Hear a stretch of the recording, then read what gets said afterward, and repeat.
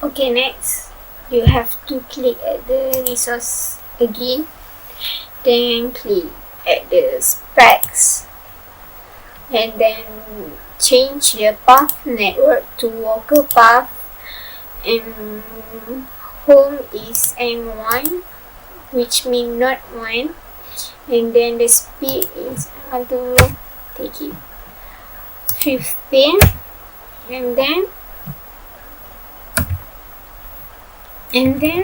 click okay. So it will show you the worker, then you can adjust the worker lah.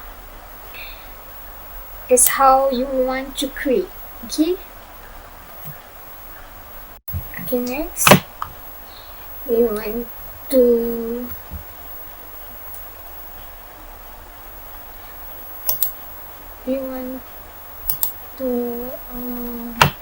do the time operation of incremental late, which is after we add the worker.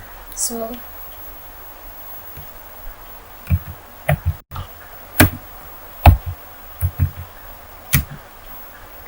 use worker for use worker for 10 minutes.